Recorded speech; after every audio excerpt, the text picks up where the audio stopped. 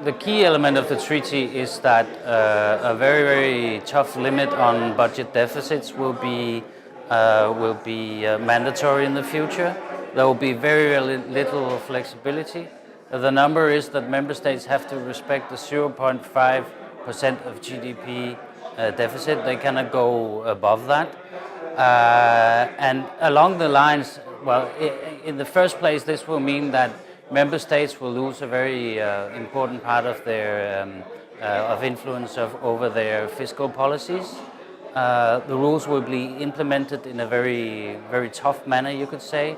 It has to be either in the constitutions or somehow in member states' legislation adopted in a way that cannot be changed. That's the ambition. In the long run, I think that will mean mostly two things.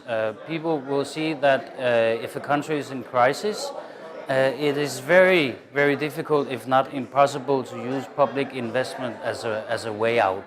And in my view, that's over the past many decades.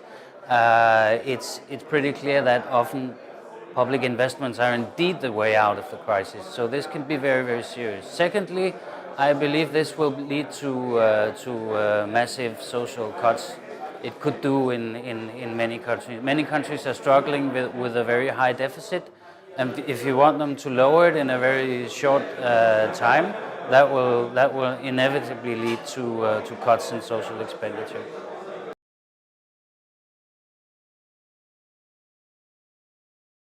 It will be very interesting to see how this will be dealt with at the national level, because what we see is actually a European Council that would prefer not to have to put this to any votes.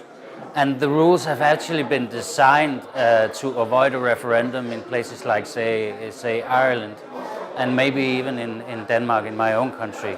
So that's definitely what they've set out for us. They do not want any real public debate, which would inevitably be a part of a referendum.